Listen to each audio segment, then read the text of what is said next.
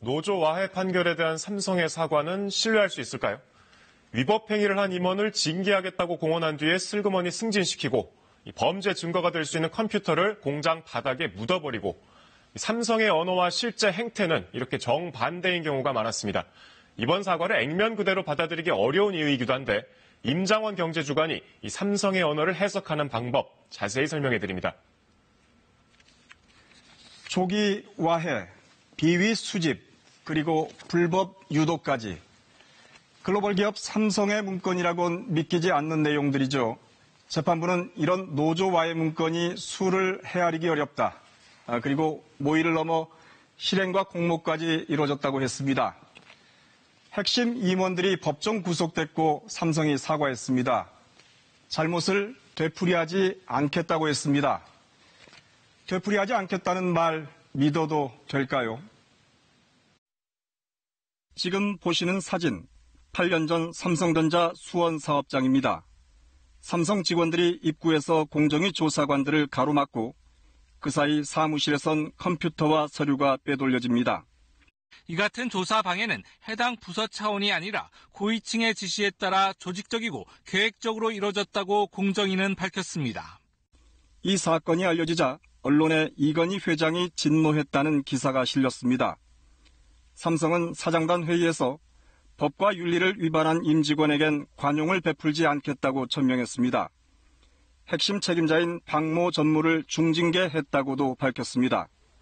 그런데 그 박 전무 1년여 뒤에 부사장으로 승진합니다. 조사관을 피해 잠적한 김모 상무는 9개월 만에 전무로, 이들의 직속 상사인 홍모 부사장 역시 곧바로 사장으로 승진했습니다. 몇 년 뒤 증거 인멸은 되풀이됐습니다. 이번엔 삼성 바이오로직스, 회사 회계 정보가 담긴 컴퓨터를 공장 바닥에 묻어버렸습니다.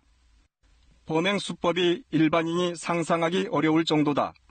직원들이 상사의 지시에 불법, 합법을 가리지 않고 따랐다고 재판부가 개탄했습니다.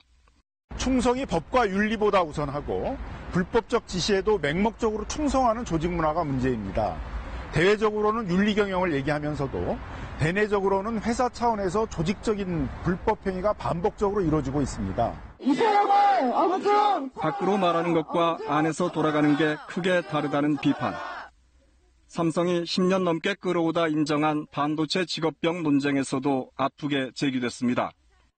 2012년 삼성은 반도체 공장의 안전을 법규보다 더 엄격하게 관리한다고 밝혔지만 몇 달 뒤에 이뤄진 산업안전보건공단의 점검 결과는 완전히 달랐습니다.